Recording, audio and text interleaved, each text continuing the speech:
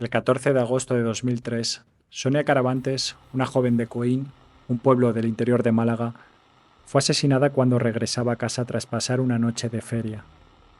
El criminal dejó sobre la palma de la mano de su víctima restos de ADN que fueron enviados al laboratorio de la Guardia Civil. Cuando estos indicadores genéticos, únicos para cada persona, fueron contrastados con la base de datos, se descubrió que el asesino de Sonia era la misma persona que se había fumado un cigarrillo junto al cadáver de Rocío Baninkoff en Mijas, casi 4 años atrás. El 18 de septiembre, el súbdito inglés Tony Alexander King fue detenido. La prueba de ADN desveló que King fue el agresor de Sonia y participó en el crimen de Rocío. King, nacido en Londres el 2 de agosto de 1965, confesó los dos asesinatos, aunque posteriormente acusó a su amigo Robert Graham de matar a Rocío. King y Graham, el apestoso y el guapo, protagonizaron turbias historias en Inglaterra y Portugal antes de llegar a España, y en 1999 ambos trabajaban como vendedores de pisos y casas en régimen de multipropiedad en la empresa que limpiaba cada tarde Alicia Hornos, a veces con ayuda de su hija mayor, Rocío Baninkoff. Trabajé en el bar desde las 3 de la tarde hasta las 12 de la noche. Mi novia estuvo conmigo las 2 últimas horas. Estuvimos bebiendo mientras cerrábamos el local. Después fuimos a otros bares y tomamos más copas. Cuando volvimos a casa, tomé una pastilla de Limovan para dormir. Mientras estuvimos en el bar, le dije a María de ir a la feria de Coín, pero ella no quiso, decía que yo había bebido y le daba miedo que llevara el coche. Nos acostamos, no pude dormir y salí a comprar cigarrillos. Fui a Coín, a la feria, a beber. ¿Qué más? No recuerdo bien. Estaba borracho y también por la pastilla. Creo que fui a mi coche, que tuve un accidente o algo así, porque la parte trasera está abollada. A lo mejor atropellé a Sonia con el coche, no sé explicarlo. El coche está lleno de sangre. Fui de la feria, no me encontraba bien. Me vienen algunas imágenes a la cabeza. Conducía con miedo, debí poner a Sonia en el coche, estaba asustado. Fue un accidente, creo. Estuve conduciendo algún tiempo, debí de sacarla del coche, esconderla. Es muy duro recordar todo esto. Tenía heridas en mi mano, en la ropa, en el coche. Había demasiada sangre para que fuera toda mía. Cuando volví a casa, mi novia estaba despierta. Yo no me encontraba bien. Iba como un zombi. Me lavé en el baño, tenía mucho sueño. Puse la ropa con sangre en la cesta de la ropa sucia y luego la metí en la lavadora. Al día siguiente vi que el coche tenía mucha sangre y fui a limpiarlo. Con esa extraña y amnésica confesión hecha ante la policía el 19 de septiembre de 2003, Tony Alexander King asumía la muerte de Sonia Caravantes Guzmán, una joven de Coín asaltada, golpeada y asesinada cuando iba a entrar en la casa familiar después de una noche de feria en el pueblo. El inglés fue detenido en compañía de su última novia, María Luisa Gallego, una mujer que trabajaba de camarera en un hotel de Alaurín el Grande, una localidad vecina. Allí, en la casa del conserje de un colegio que la mujer ocupaba con su hija de 16 años, se instaló King, apenas 6 meses antes de su último crimen. Le vi llegar media hora después de levantarme, serían las 8:30 de la mañana. Tenía la mejilla manchada de sangre, un corte en una mano y heridas en las pantorrillas. También tenía sangre en las bermudas negro y las chanclas. Entró en el baño, se quitó la ropa y la metió en la lavadora. Fueron las declaraciones de María Luisa Gallego ante la policía. Como en una rutina macabra, King repetía: tras matar a una chica, lo mismo que había hecho casi 4 años atrás, en otro pueblo, la Cala de Mijas, cuando vivía con otra mujer, su esposa, Cecilia Matilda Pantoja, y tras haber asesinado a otra chica, Rocío Baninkoff. El día que desapareció Rocío, mi marido llegó a casa sobre la 1 de la madrugada. Fue directamente al baño, no llegué a verle. Oí cómo abría la ducha. No dejó tirada la ropa sucia, lo que no era normal. Luego lo oí salir sobre las 2. Una hora después llamó mi amiga Jane para decirme que Tony no le había devuelto su coche. Él no volvió a casa hasta muy tarde. Yo estaba ya dormida, declaró Cecilia King a la policía. Esta vez, sin embargo, el asesinato no iba a quedar sin castigo. La ciencia trabajaba en su contra. El Departamento de Criminalística de la Dirección General de la Guardia Civil analizaba los restos de ADN que se quedaron en la palma de una mano de Sonia Caravantes y también en un fragmento de la tulipa roja de un faro trasero del coche con el que el asesino había huido. Los dos correspondían al mismo hombre. Además, al coche de King, un Mazda gris con matrícula inglesa, le faltaban 7 centímetros de la tulipa en uno de los faros traseros. El análisis de ADN extraído de unos calzoncillos del inglés hizo el resto, y algunos de sus ingleses amigos instalados en la Costa del Sol no iban a callar sus sospechas por más tiempo. Volví a Inglaterra el 12 de agosto de 2003. Me enteré de lo de Sonia el día 15 y pensé en Tony. Sabía que vivía en Alaurín, muy cerca de Coín. Luego en septiembre vi en la prensa que ese caso y el de Rocío estaban relacionados. Fui a ver a mi hermana y cuando llegué me dijo que había hablado con un policía. Fue la declaración de Ingrid Pantoja, cuñada de Tony King. Cuando desapareció Rocío, me senté con mi mujer y le dije que había algo muy raro en todo eso. Que Tony había salido esa noche y había vuelto al día siguiente muy raro. Pensamos en llamar a la Guardia Civil, pero como se trataba de un amigo pensé que me estaba comportando como un tonto. Unos meses más tarde arrestaron a Dolores Vázquez. Ojalá hubiese hecho esa llamada. Fue la declaración de Jonathan Daniels, cuñado y jefe de King. Tony era un desastre con los trabajos, con la ropa. No hablaba muy bien, pero quienes le conocen aseguran que se desvivía por su hija. De hecho, el día después del asesinato de Sonia, y pese a haberse acostado tarde y borracho, el buen padre tuvo tiempo y energía para visitar a la niña, que ya había cumplido 6 años. David, el novio de su exmujer, acudió a entregarle a su hija. «Tienes heridas en las piernas y las manos. ¿Qué te ha pasado, Tony?» «Ayer tuve un accidente con el coche, no es nada». Sin embargo, esta vez su exmujer y su familia iban atando cabos. Ingrid, su excuñada, recordó un episodio de 1998, cuando una amiga, Brenda, llegó a Mijas desde Inglaterra buscando sol y diversión. La turista le dijo que había visto la fotografía de Tony en el programa de Crime Watch de la BBC, una especie de quién sabe dónde, para localizar asesinos y violadores fugados. Cuando su cuñada pidió explicaciones a Tony, este encontró una respuesta. Él era una víctima. No es justo. Como un día cometí un crimen en Inglaterra, cada vez que pasa algo me buscan a mí. Lo cierto es que Scotland Yard buscaba a Tony porque había atacado a una joven húngara junto a una estación de tren, y una cámara de seguridad la había grabado. Fue eso lo que le hizo dejar precipitadamente su país. No quería volver a las cárceles inglesas. Se había cambiado el apellido y quería otra oportunidad. Enterró a Tony Bromwich, el estrangulador de Holloway. El citado era buscado en el Reino Unido en el año 1998 por tentativa de violación. Si bien no tenían intención de solicitar su extradición, sino únicamente su paradero. Con anterioridad se le conocía como Bromwich, de nombre Tony Alexander, pero se cambió el nombre de forma legal en 1995 tras la última vez que fue puesto en libertad. Sus antecedentes penales incluyen tentativa de estrangulamiento, agresión grave, posesión de arma ofensiva, tentativa de robo y posesión de imitación de arma de fuego. Todos los delitos indicados, las víctimas eran mujeres y había algún tipo de motivación sexual. Todo había empezado el 25 de marzo de 1985, cuando el entonces joven, de 20 años, Tony, vio a una mujer en el metro de Londres, la siguió hasta la calle, la atacó en un callejón, colocó una cuerda sobre su cuello y apretó tanto que ella, de 21 años, se desmayó y cayó al suelo. Entonces, Tony le rompió el vestido y le tocó los senos.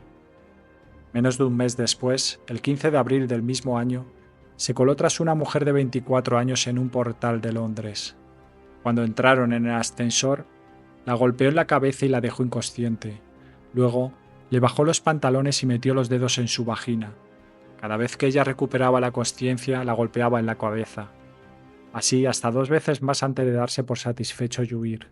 Tony, entonces apellidado Bromwich, fue detenido un mes después y condenado el 12 de mayo de 1986 por el Tribunal Central Penal de Londres a 10 años de prisión por un total de 5 ataques a mujeres, lo que le valió el sobrenombre del estrangulador de Holloway. A todas sus víctimas las había dejado inconscientes y las había sometido a tocamientos y vejaciones sexuales. Nunca había eyaculado ni consumado las violaciones. Tony pasó 5 años en prisión, salió en 1991 y apenas 3 meses después ya volvió a atacar a una mujer.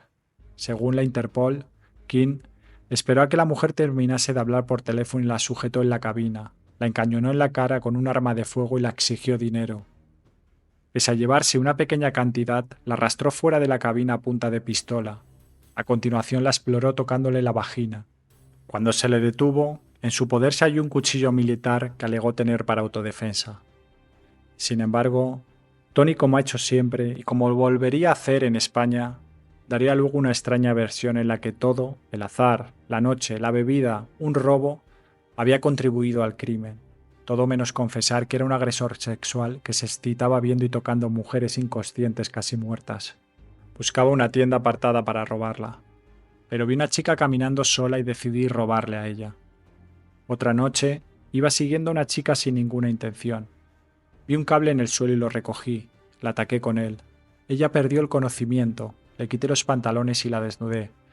Pero ella se despertó, se dio la vuelta y me fui, declaró Tony Bromwich a los psiquiatras ingleses que le examinaron en prisión. Tras pasar otros 5 años en la cárcel, Tony recuperó la libertad en 1996. Ya es Tony King, pero sigue siendo un depredador. En agosto de 1997, recién casado con Cecilia, asaltó a una joven en la estación de tren del condado de Surrey. La policía le pisaba los talones, así que cuando su mujer le sugirió viajar a España para trabajar con el marido de su hermana, Tony no lo dudó.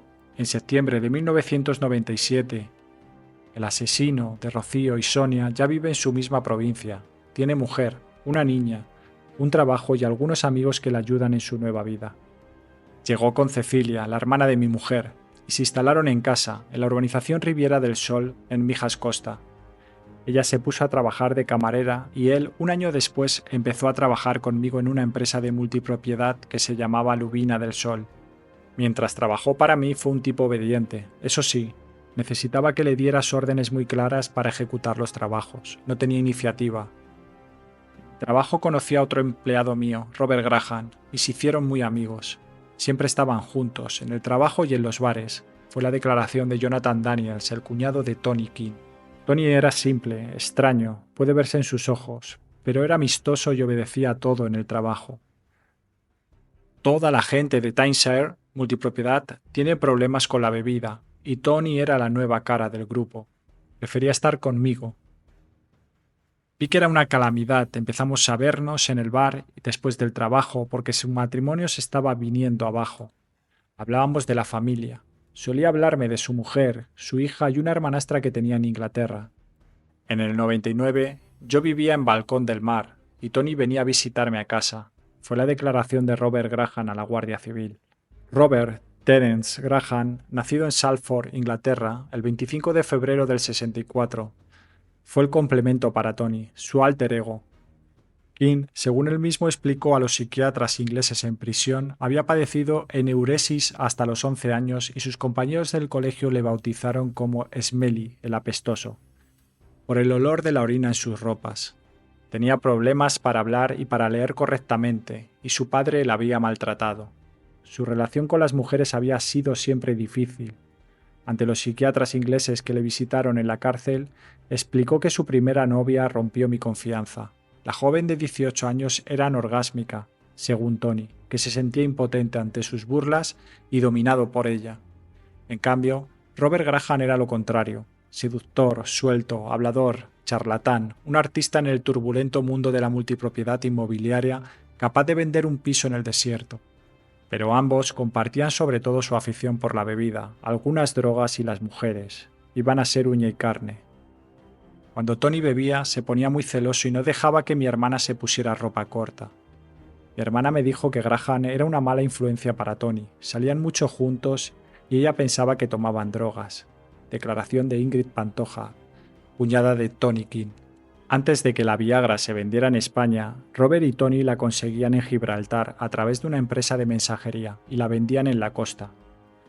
Robert cogía la Viagra, la molía y la esnifaba porque era más barata que la cocaína. Graham salió luego con mi hermana, tomaba mucha coca y era violento con ella, la golpeaba. Declaración de Jonathan Daniels, cuñado de Tony King. Estuve 6 meses con Robert. Le dejé porque me dio un bofetón mientras yo tenía en brazos a mi bebé de 6 semanas. Toma cocaína y se vuelve muy violento. Una vez, cuando me fui de su casa, vino a buscarme y como no quise abrirle la puerta, la tiró de una patada. Sé que a otra novia suya llamada Luis también la pegó. También otra chica, Nora, sabe que puede ser muy violento. Se ha vuelto violento con las mujeres. Justine Daniels es novia de Robert Graham. Un muslo de Graham tiene una cicatriz como resultado de una puñalada que otra novia, Michelle, le dio durante una salvaje pelea conyugal cuando ambos vivían en Portugal. La mujer le acusó de intento de asesinato y Graham se refugió en la Costa del Sol, el lugar con más tipos raros por pulgada, como le gusta decir. Sus ojos azules le hicieron popular entre españolas e inglesas, que le apodaban el guapo y Clooney, en alusión al galán de moda. Pero Ruby seguía con sus aficiones peligrosas. El 12 de septiembre de 1998 fue detenido por conducir borracho en Fuengirola. Otros 2 juzgados abrieron investigaciones contra él por no devolver los coches que alquilaba. Seguía tomando drogas y seguía teniendo éxito con las mujeres. En 1999, el año que Rocío Baninkoff iba a morir, Robbie tenía una novia inglesa y otra española. Y a finales de marzo, después de sufrir un síncope, pasó una semana en el Hospital Costa del Sol de Málaga. Varón de 35 años, fumador ocasional, consumidor de opiáceos inhalados, hernia de arma blanca en muslo derecho que requirió 2 transfusiones de sangre en Portugal. Desde hace 6 meses presenta episodios de pérdida de conocimiento de corta duración, ataque de cráneo sin hallazgos de interés, colesterol 224. Se le indica al paciente la ausencia de datos de cardiopatía así como alteraciones neurológicas. Diagnóstico: síncopes de probable origen vasovagal. Probable migraña clásica. Tratamiento: abandono del uso de cocaína. Fue el informe del Hospital Costa del Sol de Marbella. En aquellos meses, Tony y Robert compartían su lugar de trabajo con Alicia Hornos, una madre de 3 hijos divorciada y que había tenido que buscarse la vida después de su ruptura sentimental con Dolores Vázquez. Alicia, una mujer humilde y casi analfabeta, limpiaba oficinas entre otras las de Lubina del Sol. Allí, entre el mar y la autovía, los vendedores de pisos compartidos terminaban su jornada a las 6 de la tarde. Media hora antes, Alicia llegaba para empezar a limpiar los descansillos y las escaleras. A veces, según el dueño de la empresa, le acompañaba Rocío, que ya era una joven muy hermosa. Robert y Tony la conocieron. Al menos eso es lo que asegura su antiguo jefe, y una chica como ella no pasaría desapercibida para los 2 vendedores. En realidad, muy pocas lo hacían. Un día yo estaba trabajando en Lubina del Sol con Robert y me dijo que él, con Tony King y otro más habían violado analmente a una chica por aquí cerca, que la chica había necesitado que la dieran puntos en el ano. Me dijo que habían usado un coche con las placas de matrícula tapadas con plástico negro para que la chica no pudiera denunciarlos. Fue la declaración de Jeremy Stock, compañero de Robert Graham. La Guardia Civil no sabe si ese ataque sucedió realmente o fue una fantasía violenta de Graham, siempre tan charlatán. Pero King, con fama de lento y torpe, estaba a punto de pasar a la acción. Venía al chiringuito solo, se sentaba y tomaba 2 o 3 cervezas, se bañaba en la playa, se quedaba mirando a las chicas jóvenes con cara rara. Me invitó muchas veces a ir con él a Fuengirola a tomar alguna copa, pero yo no quise porque me daba respeto, mala impresión. Le veía raro. Fue la declaración de Isabel, camarera de un chiringuito playero de la Cala de Mijas. Con Isabel no funcionó y King aparentemente aceptó su rechazo 30 veces. Sin embargo, una tarde del verano de 1999, un mes antes del crimen de Rocío Baninkoff, una joven de 19 años, Paula, iba a ser la 6ª víctima del estrangulador de Holloway y la primera del asesino de la Costa del Sol. Iba a coger el autobús en la Cala de Mijas para ir a Fuengirola. Serían las 11 de la noche. Estaba sola en la parada y vi a un hombre andando. Me preguntó la hora, luego se apoyó en la señal de parada. Llevaba una chaqueta tipo plumas, me extrañó porque hacía mucho calor. Escuché un ruido como cuando se agita un bote de un spray. Yo no sé por qué, pero me eché las manos a la cara. Luego sentí que me rociaban con algo que olía muy fuerte. Los ojos me ardían, me quemaba la cara. Caminé hacia el arcén, tocaba los coches pero no veía nada más que las luces. Le sentí venir por detrás y como se quedaba quieto mirándome. Salí hacia arriba por un puente peatonal y me metí en una cabina de teléfonos. No veía, así que marqué como pude, al tacto, el número del trabajo de mi marido y se lo conté. Declaración de Paula a la Guardia Civil. El marido de Paula avisó a un taxista que la recogió poco después, aterrorizada y arrodillada dentro de la cabina. El hombre tuvo que convencerla para que le abriera la puerta y así poder llevarla al centro de salud Las Lagunas, el más cercano. Allí los médicos le pusieron una crema en la cara y un calmante para los dolores y los nervios. Le dijeron que la habían rociado con una sustancia muy fuerte parecida a la pólvora. Paula estuvo 10 días con picores en los ojos y la cara inflamada. La mujer decidió no presentar denuncia. Me dio la impresión de que era un extranjero y pensé que no podrían encontrarlo, porque allí viven muchos. Así que el 9 de octubre de 1999, un mes después de su primer ataque, Tony ya no iba a fallar. Esta vez no iba a ir andando y nada de usar sprays, pero había tenido un accidente con el coche, de forma que tuvo que pedir prestado a Jane Manjar, una amiga de su esposa, su Ford Fiesta azul. Con él y con un cuchillo tipo samurái de 9 centímetros de hoja, conducía a Tony por la cala de Mijas cuando Rocío Baninkoff caminaba sola hacia su chalet, al otro lado de la autovía. La vi caminando y la seguí. Pensé que era muy atractiva y que quería tocarle las piernas. La adelanté con el coche, pensé, voy a tocarle el culo, y frené. Bajé a su encuentro. Iba a ponerle el cuchillo en el cuello, pero ella se asustó y gritó, me empujó, quiso escapar. El cuchillo estaba muy afilado y ella se hizo una herida en la garganta. Yo la empujaba hacia un descampado que había al lado. Ella empezó a gritar y llorar. Yo la cogí por detrás, por la cintura. Le tapé la boca, pero ella no paraba de revolverse, así que caímos al suelo y se clavó el cuchillo. Luego intenté llevar el cuerpo al descampado para irme. La cogí por los pies y se le bajaron los pantalones. Ella seguía gritando y resistiéndose. Le quité el cuchillo del cuerpo, le dije que se callara, pero no obedecía. Iba a salir corriendo, pero como ella no paraba de gritar, empecé a clavarle el cuchillo muchas veces. No recuerdo cuántas. Fui al coche y me largué de allí. Esta fue la declaración de Tony King a la Guardia Civil el 20 de septiembre de 2003. King afirmó entonces que se deshizo del cuchillo y luego regresó al lugar del crimen para llevarse el cuerpo de la joven. No había querido matar a la joven, ella se había desnudado sola en la pelea, pero su amigo del alma contó en su errático y amnésico estilo otra historia bien diferente. Tony vino a casa, entre las 9 y las 11 de la noche. Estaba descompuesto, empezó a hablar mal de su esposa. Llevaba en la mano una botella. Me dijo que había recogido una chica al otro lado del camping, que había tenido una relación sexual con ella y había tenido a good seguin. La había follado bien o la había dejado bien jodida, que había sido muy duro con ella, la había dejado inconsciente o muerta. Yo le pregunté dónde estaba la chica y él empezó a caminar por la habitación. Me dijo, tienes que ayudarme. No sé por qué bajé de casa y fui al coche de Tony. Abrió el maletero y allí había 2 bolsas, sacó un martillo y dijo algo de una navaja. Recuerdo 2 bolsas con ropa, nada de sangre. Tony me dijo que eran las ropas de la chica y que no sabía qué hacer. Declaración de Robert Graham. Ante las preguntas de los investigadores y el juez sobre su participación, Graham volvió a padecer sus amnesias. Tengo un lapsus de memoria, solo recuerdo que yo estaba aterrorizado y le pedí que se fuera. No sé si le ayudé a trasladar el cuerpo de Rocío. Si lo hice, conduciendo el coche de otra manera. Sería porque estaría muy borracho. Si lo hice, no me acuerdo. No sé si estuve dentro del coche, no lo siento así. Es posible que le acompañase a destruir las ropas. Quizás iría amenazado. Me pondría un cuchillo para obligarme. Desde entonces tengo la mente en blanco. No recuerdo haber subido de nuevo a casa ni haber ido en coche a ningún sitio. Las diligencias anotan que media hora después Graham cambió su versión. Recuerdo haber subido a casa, tomé cocaína y me quedé despierto. No me subí en el coche, si me subí fue por miedo, si subí no sé dónde fuimos ni lo que hicimos.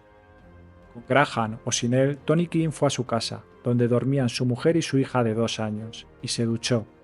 Contra su costumbre, lavó la ropa sucia y dejó el cuarto de baño impecable. Luego volvió a salir. Antes de que volviera, Jane, la mujer que le había prestado el coche por unas horas, llamó por teléfono para protestar ante su esposa porque King no había devuelto aún el vehículo. Tiré el cuchillo al mar. Luego me lavé con agua de mar en la misma playa. Pensé que sería mejor volver y trasladar el cuerpo a otro sitio. Cuando llegué, estaba muerta. Metí el coche con rapidez en el descampado. Llevaba encendidas las luces largas y paré a la altura del cuerpo. Vi pasar a 2 coches. Luego metí el cuerpo en el maletero y salí marcha atrás. Declaración de Tony King a la Guardia Civil. En esa maniobra, King arrojó por la ventanilla del coche una colilla de Royal Crown, la misma que luego recuperarían los agentes de la Guardia Civil y que conservaba su saliva y por tanto su ADN. Con Rocío en el maletero, el inglés condujo por la Nacional 340 en dirección hacia Marbella. Más o menos a la altura del Viria vi un carril sin asfaltar. Me desvié. Era un descampado cerca de un colegio. Saqué el cuerpo, miré alrededor, buscando un sitio para esconderla. Miré 3 o 4 sitios y la dejé en el descampado. La tapé con unas hojas. Estaba asustado, no quería matarla, solo asustarla para que se dejase tocar. Solo recuerdo que llevaba sujetador y bragas, creo que blancas. Cuando la saqué del coche, me entretuve en palparle los pechos, pero no quise estar mucho tiempo, era muy arriesgado. Declaración de Tony King a la Guardia Civil. Según su primera declaración, King regresó luego a casa de Jane para devolverle el coche. Antes sacó del vehículo todo lo que podía tener mancha de sangre y lo tiró en unos cubos de basura de la comunidad de vecinos. Entregó las llaves a Jane y regresó a casa. Durmió en el sofá. La desaparición de Rocío movilizó a su familia, amigos y vecinos de la Cala de Mijas.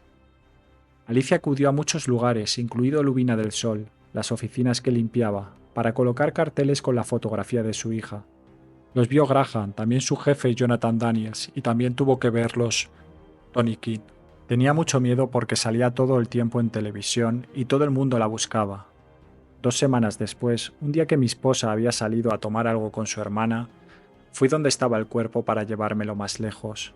Antes, corté bolsas de basura, pegué varias e hice una grande con cinta adhesiva y la puse como alfombra en el maletero.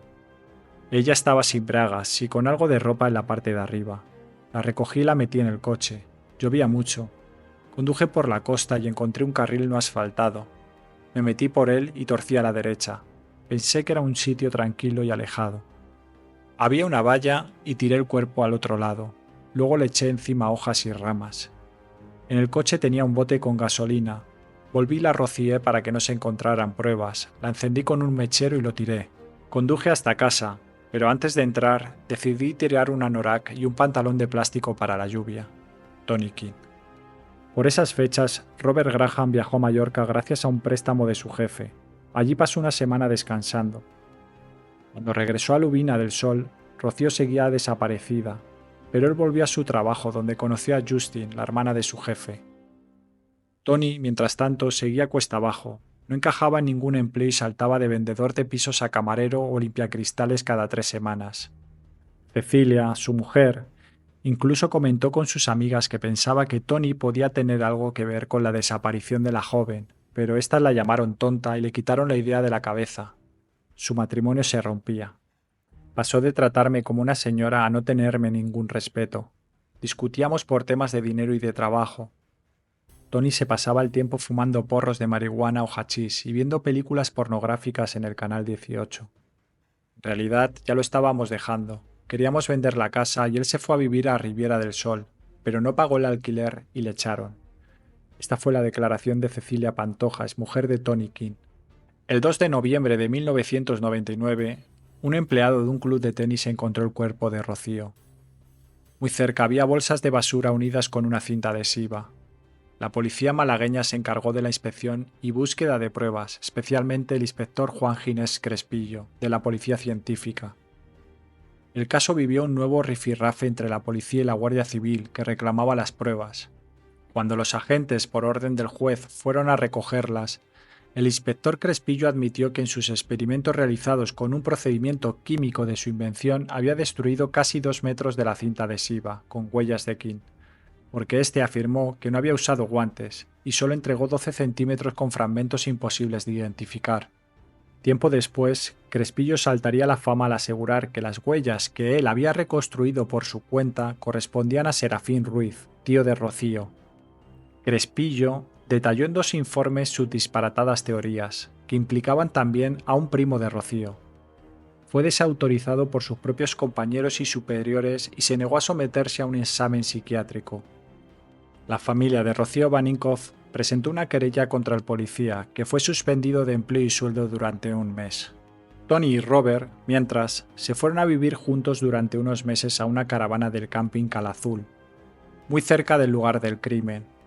Robert se ganaba bien la vida con la multipropiedad y se fue a vivir poco después con Justine, pero Tony pasó sin dejar mucha huella por un restaurante, Harbor Lights, un café y muchos otros trabajos sin futuro. Una madrugada de julio del año 2000, Kim volvió a aparecer en casa de su amigo. Otra vez con una mirada atormentada y una extraña historia que contar. Tony vino a nuestra casa en Pueblo Tranquilo. Estaba agitado, tenía pánico. Dijo que alguien le había seguido en coche de seguridad. Luego que había tirado con el coche a una chica que iba en bicicleta. Dejó allí un coche, un Toyota azul oscuro. Pensamos que era otra de sus historias. Llegaba manchado con arañazos en la cara y los brazos. Decía que se había peleado o que había tenido un accidente con el coche. Siempre tenía una historia. Esta fue la declaración de Justine Daniels, exnovia de Robert Graham. Por aquellos días, una mujer presentó una denuncia en la comisaría de Benalmádena. La noche de San Juan, sobre las 2 de la mañana, cuando se encontraba en una calle transversal del Asaltillo de Torremolinos, cerca de la playa y se dirigía a recoger su vehículo, fue asaltada por un hombre que comenzó a golpearla. La mujer aseguró que el hombre la había pegado hasta dejarla casi inconsciente y que al despertarse le había desgarrado la ropa y le estaba tocando sus zonas íntimas. El 6 de septiembre de 2000, la Guardia Civil detuvo a Dolores Vázquez como presunta autora del asesinato de Rocío Baninkoff. La mujer se declaró inocente, pero el juez ordenó su ingreso en prisión. Eso no calmó a King, ni tampoco a Graham. 6 días después, Robert ingresó en el Hospital Costa del Sol aquejado de fuertes dolores de cabeza. Le diagnosticaron una meningitis de perfil linfocitario y pasó una semana ingresado. Su novia, Justine, aseguró después que Robert no dormía por las noches y tenía constantes pesadillas. King, por su parte, también acudió varias veces a los servicios de urgencia de los hospitales por problemas de ansiedad, taquicardias, heridas en un dedo y por lo que dijo que había sido una caída del coche. El día 20 del mismo mes, un vigilante jurado de la urbanización Miraflores, de Mijas Costa, vio a Tony robando gasolina de un coche. King salió huyendo en un Toyota Corolla gris que luego dejó abandonado. La policía investigaría luego si podría estar implicado en la desaparición en Motril, Granada, un mes antes de otra joven, María Teresa Fernández Martín, en otra noche de feria en el pueblo, pero King siempre ha negado haber estado siquiera en la provincia de Granada. El caso de María Teresa sigue sin resolver. En 2001, King consiguió que le contratasen en el bar Dempsey. Aseguró sin complejos a los dueños que era un chef excelente, pero le despidieron 20 días después por su inutilidad. Por entonces conoció a Shelley, una mujer inglesa que le metió en su vida y en su finca de Coín llamada Los Naranjos. La mujer declararía luego que King tenía problemas para lograr la eyaculación y que Tony se había ido de la casa para instalarse junto al matadero municipal. Ese verano, Dolores Vázquez fue condenada a 15 años de prisión por el crimen de Rocío. Robert, mientras tanto, ya tenía nueva pareja, una joven mulata llamada Louise. Ambos se fueron a vivir a Benidorm durante 6 meses y acabaron regresando a la Costa del Sol. Parece que Robert, que se seguía ganando la vida con la multipropiedad, mantenía sus costumbres. Cuando bebe, se vuelve muy agresivo y maltrata a su mujer, fue la declaración de Jeremy Stokes. Lo conocí a mediados de 2001. Vivimos en Benidorm y luego nos fuimos a Nerja hasta noviembre de 2002. Entonces nos instalamos en Calahonda. Robert me dijo que conocía a Tony de haber coincidido en prisión en Inglaterra. Me dijo que Tony había matado a 2 personas que habían inyectado heroína a su hermana. Me dijo que conocían a Rocío y su madre porque limpiaban las oficinas donde trabajaban. Esta fue la declaración de Louise, novia de Graham. En febrero de 2002, el Tribunal Superior de Justicia de Andalucía ordenó repetir el juicio contra Dolores Vázquez.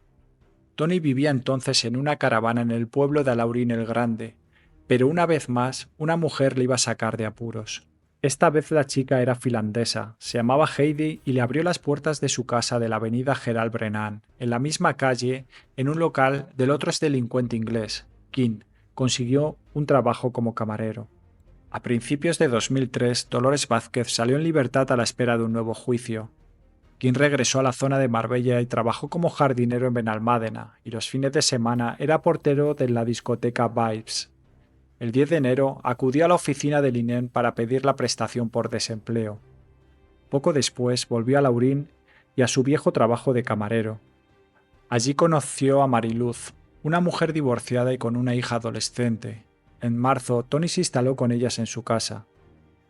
Hace años yo estaba en mala situación económica y el ayuntamiento me dejó vivir en la casa del antiguo conserje del colegio, Emilia Olivares, mientras me buscaban una vivienda de protección oficial. Conocí a Tony en un bar inglés en el que trabajaba. Se vino a vivir conmigo. Tony es muy reservado, a veces parece ensimismado. Discutíamos porque yo me sentía desatendida. Cuando se enfadaba se iba de casa y volvía 3 o 4 horas después, pero no decía lo que había hecho. Me dijo que se casó con su primera mujer porque se quedó embarazada, pero que no la quería, que de pequeño su padre le maltrataba. Su madre suele llamarle por teléfono. Últimamente tenía muchos problemas para dormir, se pasaba las noches en vela. En cuanto a las relaciones, hace meses que está apático conmigo. Tengo que ser yo la que incite a tener relaciones sexuales. Y hace casi un mes que no hemos tenido sexo. Nunca hemos hecho cosas raras en sexo, solo las cosas normales, dijo María Luisa Gallego a la policía. El 13 de junio de 2003, y como ocurrió antes del crimen de Rocío, King atacó a otra víctima.